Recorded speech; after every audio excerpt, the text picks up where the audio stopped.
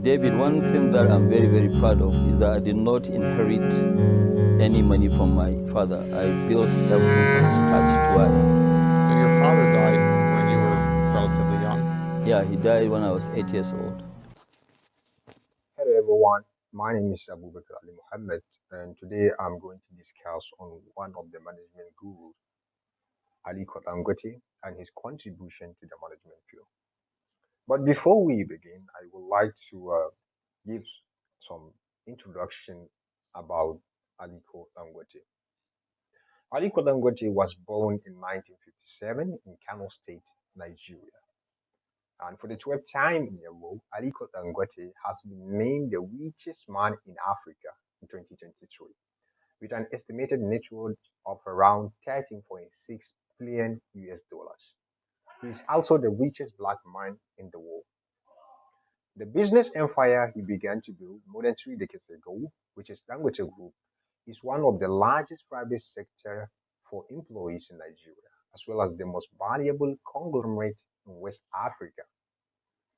Also, he has the largest oil refinery in Africa, as well as the largest single train refinery in the world. So we will look at his contribution to the management field. While Aliko Dangote is primarily known for his business acumen and contribution to the African economy, his success as an entrepreneur has also had a significant impact on the field of management. So let's look at one of Dangote's most notable contributions to the management is his emphasis on local talent development. Throughout his career, he has prioritized investing in Nigeria and training Nigerian workers, recognizing the value of local knowledge and expertise in building successful businesses in Africa. This has not only helped to improve the quality of the workforce in Nigeria and other African countries, but has also served as a model for other companies operating on the continent.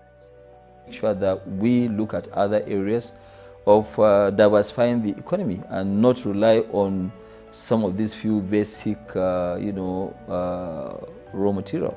We should try and convert those raw materials into finished goods so that when we export them, we will be earning much, much more. Government should try to see, okay, fine, how do we really attract people to come in and invest, because the opportunities are enormous. It's not only in oil or in copper or in coal. I mean, there are so many areas. I mean, you look at it today in Africa. In agriculture, you're going to make huge tons of money, because we have 60% of the world's arable land. The next one is vertical integration. Another important contribution that Aliko Dangote has made to the management field is his focus on vertical integration.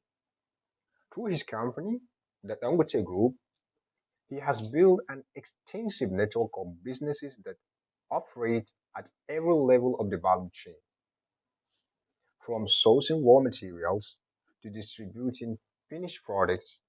This approach has allowed Dangote to exert greater control over the production process and reduce costs while also creating new opportunities for growth and expansion.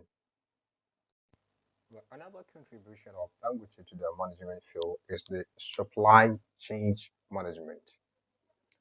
Uh, Dangote has also been recognized for his innovative approach to supply chain management, particularly in cement industry. He has also implemented the cutting-edge technologies and best practices to optimize his company's logistics and distribution networks, allowing the Dangote Group to become one of the largest cement manufacturers in the world. I think the most important one, number one, David, if you are going into any business, you must understand the business A to Z. You must know that business. You shouldn't just go and invest because somebody now will say, okay, hey, there's good money in cement, then you go and jump into cement. You have to understand the business in and out. And that's the difference with me. I know my business in and out. You can wake me up any time and ask me about fertilizer, ask me about anything that we are doing. And the other one is really to work very hard, and you have to have the tenacity of continuing to, you have some hiccups here and there, but you have to be focused in terms of what you are doing. Another important contributions of Dangote to the management field is their strategic partnerships and collaborations. Dangote has also demonstrated a keen understanding of the importance of strategic partnership and collaborations in building successful business. He has built relationships with a range of stakeholders, from governments and regulatory agencies to suppliers and distributors.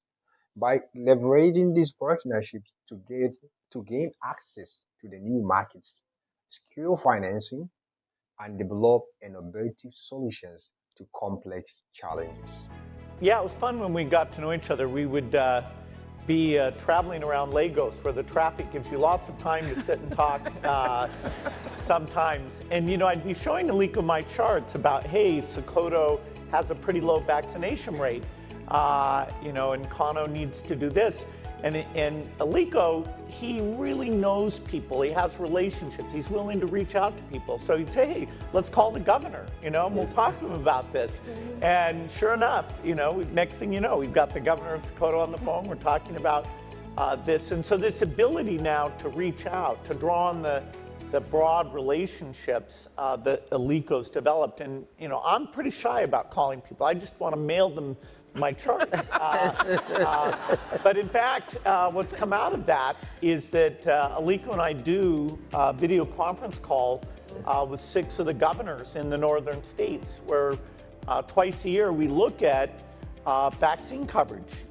Is the supply chain working? Are the workers showing up? Are the healthcare posts in the right locations? And it's a big challenge, but really drawing on Aliko's communication skills and the fact that he's not afraid to call anyone, everyone he wants to talk to him. It's been phenomenal.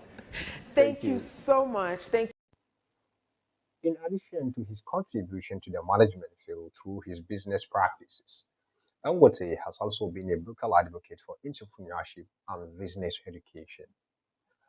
He has established a number of initiatives and programs aimed at promoting entrepreneurship among young people in Africa, providing training and mentoring to help them develop the skills and knowledge needed to start and grow successful businesses. Or you're just very low-key and even-keeled? To what do you attribute that, or am I wrong? I think, no, you're not wrong. That's my nature. I'm very quiet, and I'm very, very calm. I get upset sometimes when people try to be, either to outsmart me or I don't like people who will not tell me the truth. I always like people to look at me through, and tell me the truth. Finally, Dangote has been recognized for his leadership and vision, both within his company and in the broader business community. He has been named one of Time magazine's 100 most influential people in the world and has received numerous awards and honors for his contribution to business and philanthropy. His leadership style, which emphasizes collaboration, innovation, and a commitment to excellence, has served as a model for aspiring entrepreneurs and business leaders around the world. Nigeria, when you look at it, even when we're having 7-8% of GDP growth, down there, they hardly see anything. The trickle through is not happening. It is trickling, but slowly. Not serious. Not serious. Yeah. So the only way to have these things to trickle fast enough is through agriculture, where now, and that's why we have a greater advantage. I mean, you have a ready market, which is the difficulty of a lot of continents, but we have a market because the African continent imports more goods than any other continent. So what we need to do is to make sure that we transform our own goods. And it is very, very important more. Let me give you an example. Today, between Ghana and Cote d'Ivoire, they actually produce 2/3 of the world's cocoa. Yeah. Okay? But the total amount of these exports that they have is about $6 billion. Okay, but the chocolate market is 100 billion. Yes. So you can see that, you know, they are just working for other people. Yeah. The problem is how to create African brands. We need to do that. Even if it's not African brand, they should actually, that's right. They should actually have some of these factories here. Yeah. But you need to create a brand in order to sell it, Marks and Spencer, and you know, markets everywhere. The brand creation, Mo, is not really that difficult. The only thing that you have to be sure of is that your quality is right, yeah, and your pricing is right. Yeah. Once you have that, nobody looks at where it is manufactured. Yeah. Yeah. And that's the end of my video. Thank you so much for listening.